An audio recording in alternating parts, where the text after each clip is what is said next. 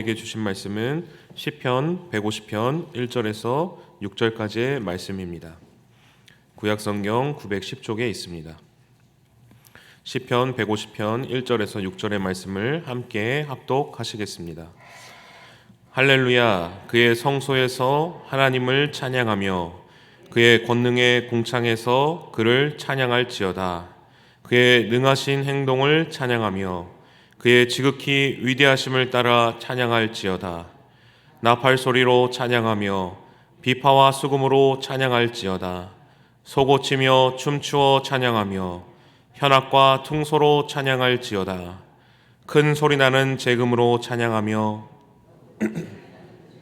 찬양할지어다. 호흡이 있는 자마다 여호와를 찬양할지어다. 할렐루야. 아멘. 최근에 혹시 이렇게 절로 그냥 내 마음속에서 할렐루야, 와 할렐루야 이렇게 찬양이 이렇게 절로 나왔던 적이 혹시 있으십니까? 우리는 언제 이렇게 스스로 그냥 막 저절로 언제 찬양이 터져 나옵니까? 내게 뭔가 좀 숨이 트일 만한 그런 순간이 찾아올 때, 또 뭐 감사할 만한 이유가 있을 때, 마음이 가벼워질 때 나도 모르게 저절로 막 콧노래처럼 찬양이 이렇게 나오게 되어 있는 것이죠.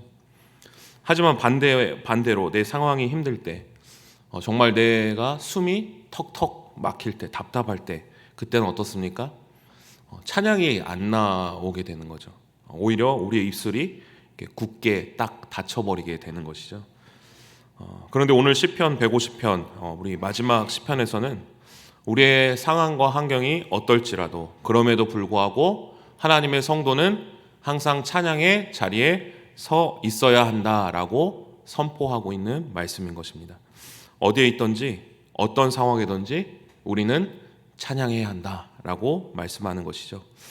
그런데 오늘 읽은 이 시편 150편은 그런 상황에서도 우리가 왜 하나님을 찬양해야 하는가 이렇게 구구절절하게 이렇게 설명하지 않습니다. 대신 어디에서 우리가 찬양해야 되는가, 어떻게 찬양해야 하는가, 누가 찬양할 수 있는가에 대해서 설명하고 있습니다.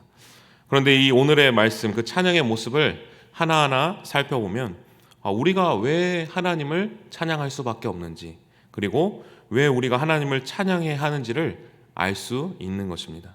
오늘 함께 말씀을 살펴보면서 어떤 상황에도 우리가 하나님을 찬양하고 하나님께만 영광 돌리는 우리 모든 성도님들 되시기를 간절히 소망합니다. 먼저 1절과 2절의 말씀입니다. 같이 한번 함께 봉독하시겠습니다. 할렐루야, 그의 성소에서 하나님을 찬양하며 그를 찬양할지어다. 그의 능하신 행동을 찬양하며 그의 지극히 위대하심을 따라 찬양할지어다. 아멘. 첫 번째로 시편 기자가 하나님의 성소에서 찬양하라 라고 말씀하고 있습니다. 성소는 무엇입니까? 성소는 바로 성전인 것입니다. 성소는 무엇을 뜻합니까? 하나님이 임재하시는 곳이 곧 성전이며 성소인 것입니다. 그런데 오늘 시편에서 말하는 성소는 무엇입니까? 성전만을, 그 건물로 지어진 하나님이 임재하는 그 성전만을 뜻하지 않았습니다. 그곳이 아니라 하나님이 임재하는 자리, 그 성소를 이야기하는 것입니다. 바로 하나님이 임재하시는 곳이 성소이다라고 말하는 것입니다. 오늘날 하나님께서는 어디에 임재하십니까? 성전 안에만 임재하십니까? 성소 안에만 임재하십니까? 아닙니다. 바로 우리 각 사람의 마음과 심령 안에 임재하시는 하나님이신 것입니다. 요엘 선지자가 마지막 날에 하나님께서 나의 영으로 모든 백성에게 부어주신다 하셨습니다. 하나님의 영이 하나님의 성전에만 임하는 것이 아니라 하나님의 성소, 하나님의 영이 각 사람의 마음과 심령에 임할 것이다 라고 예언한 것입니다. 우리에게도 하나님의 성령이 임한 줄로 믿습니다. 어떻게 임하였습니까? 우리 죄를 위해 십자가에 못 박혀 죽으신 예수 그리스도를 나의 구주로, 나의 주님으로 믿을 때 하나님의 영이 각 사람의 마음과 심령에 임재하여 주신다는 것입니다. 고린도전서 6장 19절에 너희 몸은 너희 가운데 계신 성령의 전인 줄 알지 못하느냐라고 바울 사도가 말씀합니다. 이처럼 우리 각 사람이 하나님의 임재의 성소가 된 것입니다. 우리가 예수 그리스도로 말미암아 죽음에서 생명으로, 사망에서 의로움으로 옮겨지게 된 것입니다. 그래서 우리가 어디에서 찬양할 수 있습니까? 하나님께서 나와 함께 해주시는, 하나님께서 나에게 임재해 주시는 그 자리마다 우리는 찬양해야 하는 것입니다. 오늘도 나를 위해 십자가에 못 박혀 죽으신 예수 그리스도를 기억하며 내가 죄와 사망에서 생명으로 옮겨주신 그 하나님의 은혜를 기억하며 나와 동행하신 하나님을 항상 기억하며 찬양하며 나아가야 하는 것입니다. 또 1절에 그의 권능의 궁창은 무엇입니까? 궁창은 하나님의 능력이 미치는 모든 곳, 하나님이 모든 다스리시는 곳, 그것을 설명하는 것입니다. 그곳에서 하나님을 찬양해야 한다라고 말하고 있는 것입니다. 제가 좀 어떻게 보이실지 모르지만 잘 삐집니다. 네, 속이 좀 좁습니다. 그래서 제가 집에서 이렇게 삐질 때가 있습니다. 그럼 삐지면은 어떻게 합니까? 나 삐졌어라는 것을 이제 보여주기 위해서 어떻게 합니까? 바로 제가 할 일을 이렇게 안 하는 것이죠. 이렇게 미루는 것이죠. 뭐 서운한 감정을 이렇게 나타내는 것이죠. 뭐 치워야 할 게 있으면 집에서 치워야 할 게 있으면 안 치우고 나 안 해. 약간 이런 식으로 티를 내는 것이죠. 하나님은 어떤 하나님이십니까? 우리가 얼마나 하나님의 마음을 속상하게 하고 섭섭하게 하고 하나님께서 우리를 쳐다도 안 보실 만큼 하나님을 질리게 할 만큼 우리가 많은 죄를 지었습니다. 그러나 신실하신 하나님은 그러한 우리를 그럼에도 불구하고 우리를 향해서 아쉬운 마음이 계시지만 그럼에도 불구하고 하나님의 능력을 이 세상 천하 만물에 거두지 않으신다는 것입니다. 이러한 죄인들을 위해서 여전히 동일하게 우리를 살리시기 위해서 저 태양을 띄우시고 또 우리를 먹이시기 위해서 또 비를 내리시고 또 모든 식물과 동물들을 먹이게 하시고 온 하늘에 하나님의 권능을 여전히 신실하게 보여주시는 하나님이신 것입니다.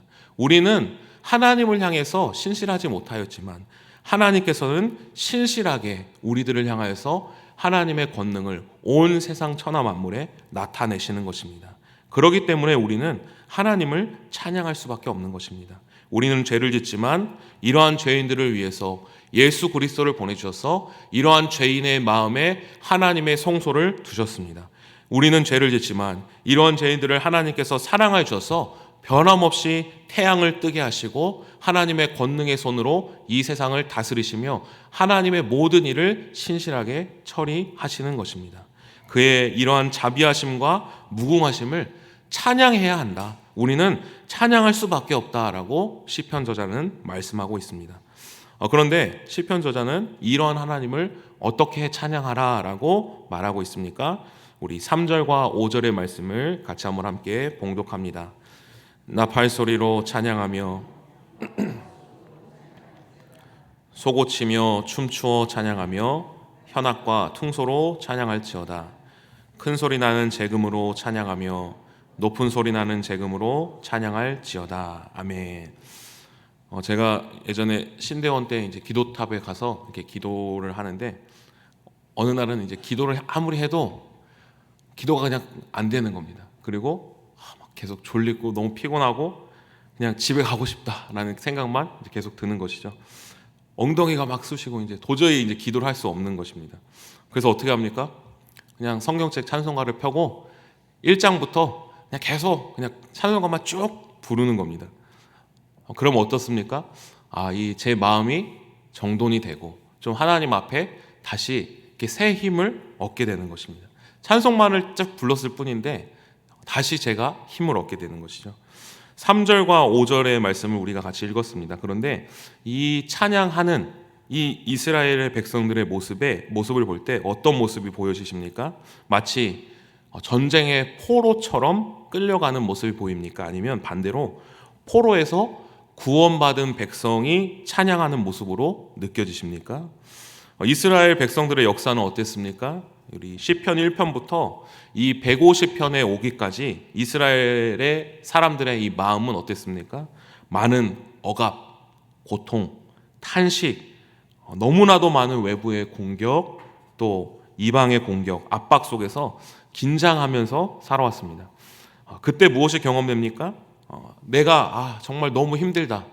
주위에서 나를 계속해서 억압하고 찍어 누르기 때문에 내 입술이 그냥 닫혀지게 되어 있는 것입니다. 너무나도 힘든 상황에서 그냥 압력밥솥에서 나를 넣고 그냥 팍팍 찌듯이 그냥 내가 계속해서 어그러지게 되어 있는 것입니다. 입술이 닫혀지고 마음이 닫혀지고 그냥 그런가 보다 하고 답답하게 사는 것입니다. 그런데 시편은 그렇게 나의 상황과 환경이 그냥 그렇게 억압된 채로 우리가 입술을 닫고 그냥 나의 환경 속에서 막막하게 살아가는 것이 아니다라고 오늘 말씀하는 것입니다. 그런 상황 가운데서도 너의 입술을 크게 벌려서 너를 여전히 신실하게 구원하시고 너를 성소 삼으시는 하나님을 큰 소리를 내어서 하나님을 찬양하라 라고 권면하고 있는 것입니다. 외부의 압박과 포로된 상황에서도 너의 입을 벌려 하나님을 찬양하라 라고 말하는 것입니다. 그런데 오늘 말씀에 악기가 등장합니다. 악기가 등장하는 이유는 무엇입니까?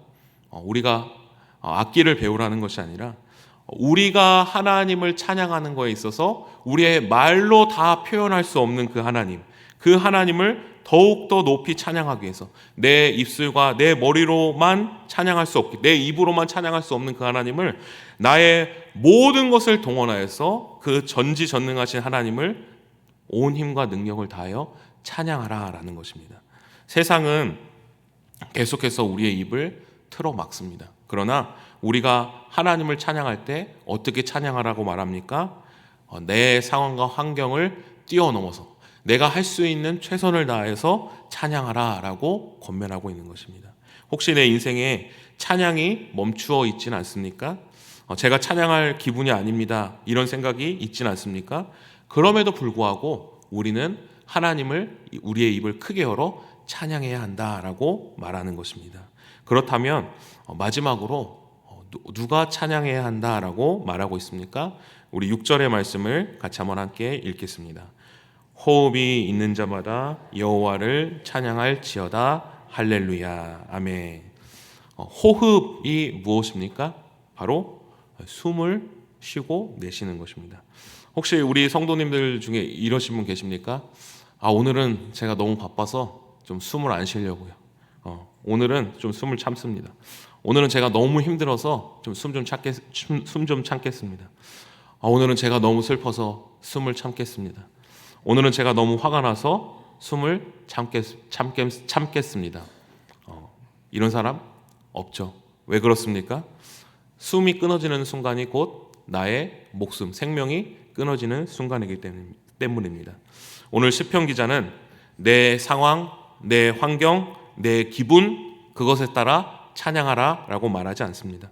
나의 삶의 평생에 어떠한 순간에도 나를 구원해 주시고 나에게 임재해 주신 하나님, 그리고 내가 넘어졌을 때라도 신실하게 변함없이 나를 사랑해 주신 하나님을 어떤 상황과 어떤 순간에도 어떤 기분에도 내 호흡이 있는 순간마다 하나님을 항상 찬양하라 라고 말씀하고 있는 것입니다. 사랑하는 성도 여러분들, 우리 시편 150편은 우리에게 왜 하나님을 찬양해야 하는가에 대해서 자세히 설명하지 않습니다. 이미 시편 101편부터 149편까지 울고 묻고 분노하고 탄식하며 충분히 왜 찬양해야 하는지를 설명했기 때문입니다. 그리고 시편 마지막에 이렇게 말합니다. 우리가 있는 것, 우리가 존재하는 이유는 바로 하나님을 찬양하기 위함이다. 호흡이 있는 자마다 여호와를 찬양하라 라고 말씀합니다. 그래서 우리의 삶은 조건이 맞을 때만 찬양하는 것이 아니라 우리가 살아있는 동안 항상 하나님을 찬양하는 것이 우리의 인생인 줄로 믿습니다. 2025년의 마지막 날, 주님, 우리가 왜 찬양해야 합니까? 우리가 주님을 찬양할 수 있는 상황이 아닙니다 라는 질문이 내 속 안에 있더라도, 주님, 저는 너무 힘듭니다. 제가 주님을 높여드릴 수가 없습니다. 주님께 찬양이 나오지 않습니다. 이런 상황일지라도 우리의 존재는 마땅히 하나님을 찬양하기 위해 지어졌다는 것을 다시 기억하고 하나님을 향하여서 나의 입술을 열고 하나님만을 찬양하며 나아가는 우리 모든 성도님들 되기를 간절히 소망합니다. 호흡이 있는 자마다 여호와를 찬양할지어다. 할렐루야. 아멘. 다 같이 기도하시겠습니다. 하나님 아버지, 감사합니다. 죄인된 우리의 마음을 예수 그리스도의 보혈로 깨끗하게 하시고 하나님의 임재하시는 처소로 삼아주시니 감사합니다. 또 우리는 때로 넘어지고 하나님을 떠나가지만 연약한 우리를 이해하시고 신실하신 하나님께서 이 세상을 통치하시고 다스리시고 우리를 먹이시고 입히시니 감사합니다. 우리의 호흡이 있는 그날까지 어떤 상황 가운데서도 하나님 아버지를 찬양하며 이 세상에 억눌려 살아가는 것이 아니라 이 세상을 승리하고 이기신 하나님을 찬양하며 살아가는 저희들 될 수 있도록 인도하여 주옵소서. 예수님의 이름으로 기도합니다. 아멘. 다 함께 주님께서 가르쳐준 기도하겠습니다. 하늘에 계신 우리 아버지, 아버지의 이름을 거룩하게 하시며 아버지의 나라가 오게 하시며 아버지의 뜻이 하늘에서와 같이 땅에서도 이루어지게 하소서. 오늘 우리에게 일용할 양식을 주시고 우리가 우리에게 잘못한 사람을 용서하여 준 것 같이 용서하여 주시고 우리를 시험에 빠지지 않게 하시고 악에서 구하소서. 나라와 권능과 영광이 영원히 아버지의 것입니다. 아멘. 우리 이 시간 계속해서 기도하실 때 오늘 주신 말씀 붙들고 먼저 기도합니다. 할렐루야. 신실하신 하나님을 나의 호흡이 닿는 날까지 찬양하며 나아가는 우리들 될 수 있게 달라고 함께 기도합니다.